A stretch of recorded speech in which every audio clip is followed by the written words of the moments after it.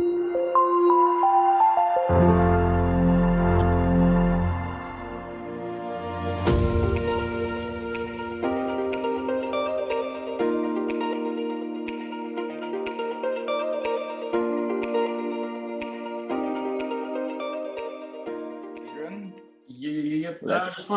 just want to ask, guys, how long is a strategy?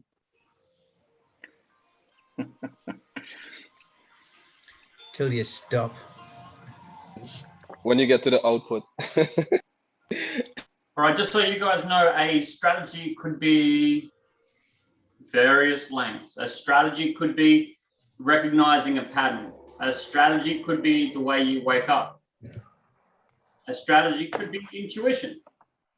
And inside intuition, you could have many more strategies. Our NLP strategy can be short or it can be long, and you'll hear us talk about strategies. And as we move in, we start to put building blocks together and create bigger strategies. So remember, the first half of the NLP are like the building blocks. And today we've got a bit of a building block, and it's a big building block. And actually, it's a really amazing, fantastic building block, which will help you gain more control and mastery over the world and anywhere you choose to focus it.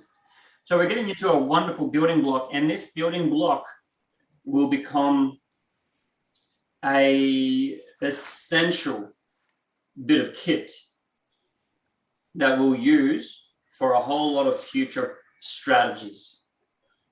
So as we go along, we'll start to get more into putting the building blocks together, doing bigger strategies to perhaps reduce procrastination, maybe get someone through trauma or help someone get their goals or acceleration in life. But in order to do those things, we need the building blocks. So today we're looking at one of those wonderful building blocks. Modalities, nice. You can listen for modalities, you can connect to people using modalities.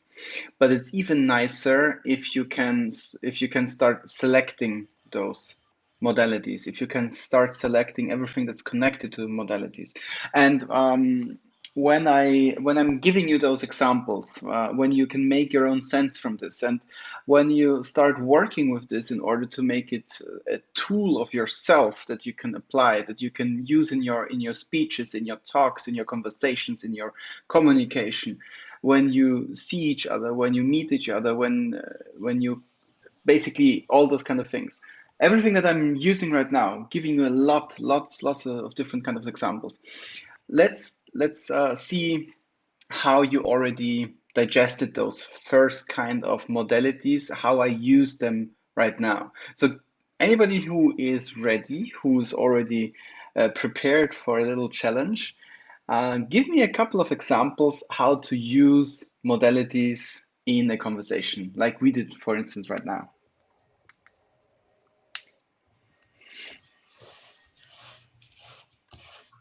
I'll go, Philip. So yeah, Michelle, go on. If you can identify which modality somebody prefers to use, you want to convince them of something, or have them see your side of things, you can use that modality and those words so that they're more open and more welcoming to what you're actually saying.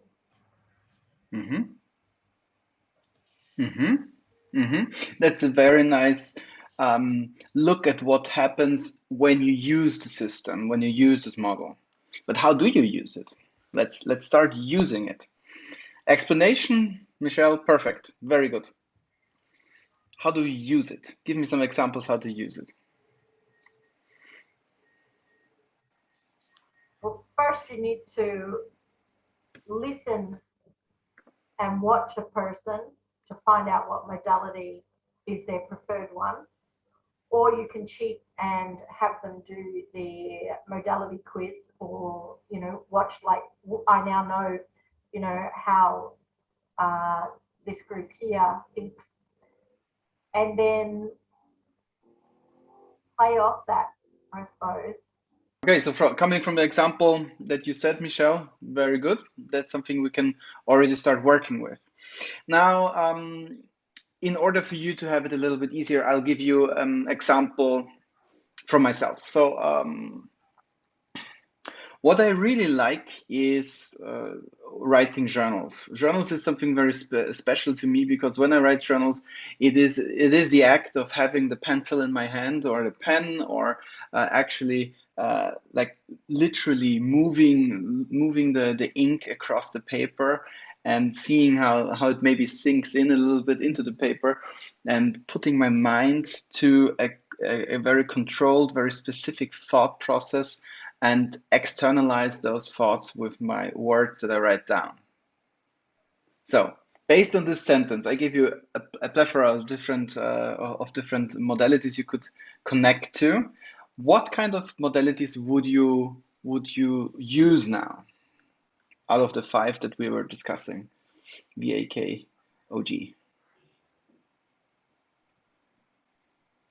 Visualization, and maybe a little bit of kinesthetic, because Very good, I think you're all feeling of the writing, right? Yes, there was a lot of kinesthetic in there, and a lot of visualization. It's difficult word today. So yeah, that was a good thing. So when you connect to me, Simon, what kind of words would you use in order to create this bridge, in order to create what Michelle said before, to foster a better understanding between ourselves? I would use words as it feels good, maybe something about the temperature, anything that is related to feelings, emotions, warm, comfortable, soft, words like this for the kinesthetic part, and then maybe beautiful, silhouette, form, things like this for the visual. Very good, very good. Okay, hey, so what happens if you're visualizing? What happens if you're visualizing something like, visualizing yourself on the beach, seeing the beach? What happens then when you introduce sound, like the sound of waves crashing, the sound of seagulls, the feeling of the sand beneath your toes, feeling the sun coming down, smelling the salt in the water, perhaps even tasting the air? What happens there? All right, now can I ask everyone, can everyone hold out your hand for a moment? Okay, can everyone hold out vegan ice cream for a moment? I'd like for you to imagine there's a slice of lemon on your hand. What color is it? Slice of lemon. And I want you to get it and squeeze it and smell it. How does it smell? And now I just want you to bring the lemon up to your mouth. Carolina's eating the lemon straight away. She's like, I'm eating it. Okay, is anyone feeling anything in the mouth? Are you feeling it?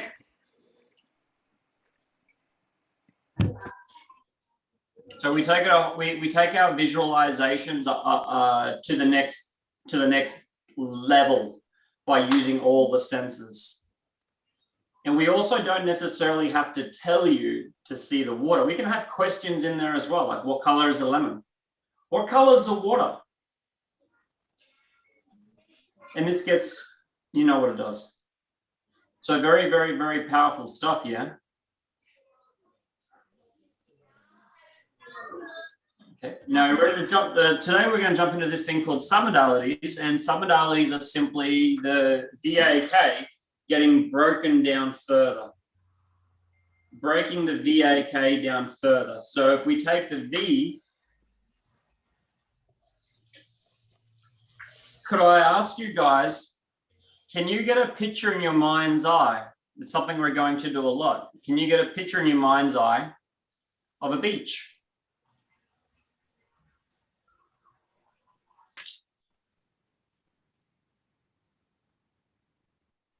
That was a yes/no question, wasn't it? We're doing language patterns next week, not this week. Okay, so you got a picture in your mind, yeah? What do you notice? What do you notice? What captures your attention? Okay, please share anything. Well, I see waves. The first thing came to my mind when you said beach was waves and the sound of waves. Very, very, very good answer. And a lot of people will see the beach or something, and let's say there's a picture and they get a picture of the beach or waves or the sun or whatever. And we often focus on the picture of the beach. But hey, I want you to get that beach in your mind's eye, and this is a skill that you'll grow and grow and grow. Mastery of your mind. So can you lock in that picture? Lock it in.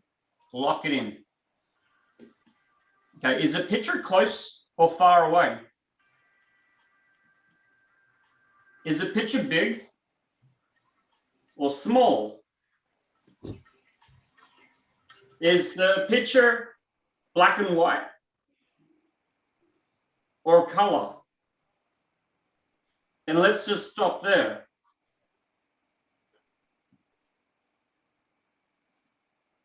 Could I see who had a color picture? Anyone have black and white?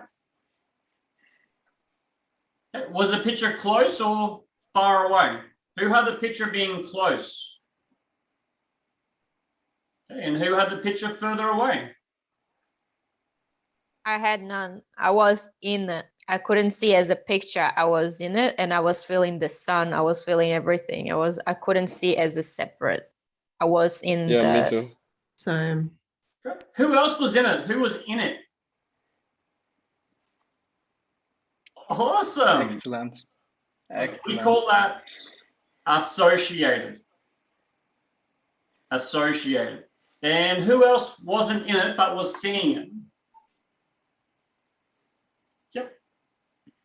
Okay, now there's no good or bad. It just half of you guys are going to go to jail and live miserable lives, but there's no good or bad.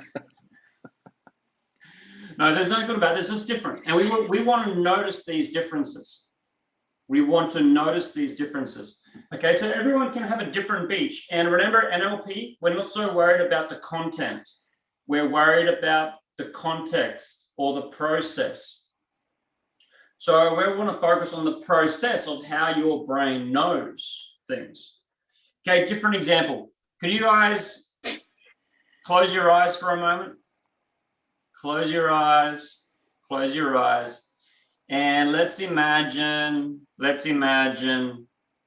your favorite drink. Your favorite drink. Notice the color or black and white. Is it big picture, a small picture? Close or far away? Are you associated in that picture? Or are you dissociated and seeing the picture separately?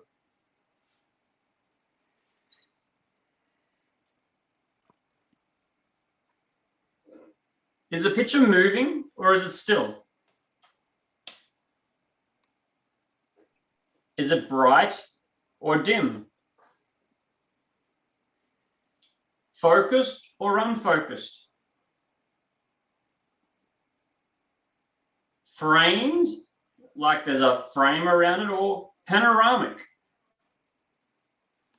Three-dimensional, 3D, or like flat? And are you viewing it from a particular angle? Like, is it straight in front of you or is it below you or at an angle? Okay, back in the room. We just done half of today's work. Good on you. We're done. You've done it. We're finished. See you next week. See you next week. No, but seriously, this kind of work is like super basic, but also it is integral to anything we do in NLP. The ability to work with this, the ability to feel this, the ability to also see where the other person is at the moment where we are working with them. So this is something where we can actually create a very, very intimate understanding of the other person and just observe how they react. For instance, Carolina, before, when she was imagining her drink, she was suddenly started smiling. So apparently there was something, like I would assume she was probably not imagining the picture, but actually drinking the drink. Yeah. It was gone. And then Adrian was like, what color is it? It's like, I don't know, it's already done. I'd already drunk it. It's done. Adrian, oh, this is going dangerous, you know, when people start drinking in their imagination. Let's not repeat that that's exercise exactly too the many thing. times. And I laughed. And that's exactly the thing. And I laughed because when you said drink, I imagined espresso martini, and I drank it, and I was like, "Holy shit! Maybe I should pick a healthier option." And I was like, "My smoothie, my smoothie." And I was like trying to drink this smoothie instead. I was like, "Damn." Yeah, it's but I could see that there was some change in her face. She was suddenly changing the muscle movement in her face, her posture, and all of this. This was very visible. But it was not just Caroline, it was everybody of us had some kind of reaction. And this is what we are looking out for, because this is where we can understand where a person suddenly switches. We don't know what the switch is about, but we can see, feel, smell maybe, that there is some kind of switch. And working with the submodalities is basically like watching, like looking at the map, except it's not a map, it's actually a three-dimensional representation of the territory, and we can really dive in there and see, okay, so there is something, there is a mountain, there is a water or something, and we explore with the other person this internal representation that the other person has. And you know, maybe your picture is actually more of a film. Could also be a possibility. So there are a lot of different options how we can do this, how this can work. And the funny thing is, if we start watching out for those kind of things, the intensity becomes actually the sensitivity becomes more and more finer. So we can finer distinguish between whether it is seeing or looking or spotting or noticing or something else, for instance, when talking about the visual modality. But then again, the picture in the internal representation can be a film, a movie, a picture. You can be associated, dissociated. You can experience what you just had with a focused picture or with a fuzzy picture. Maybe the picture has a sepia tone on it, or all those kind of options are there. And it is very interesting, and I would invite you to try out to distinguish how your memory works with the submodalities, because obviously when we remember something, we have different submodalities working than when we talk about something, or when we imagine the future, or when we are maybe thinking about something that scares us, like let's say spiders, snakes, or some kind of insects crawling through the skin or something like that.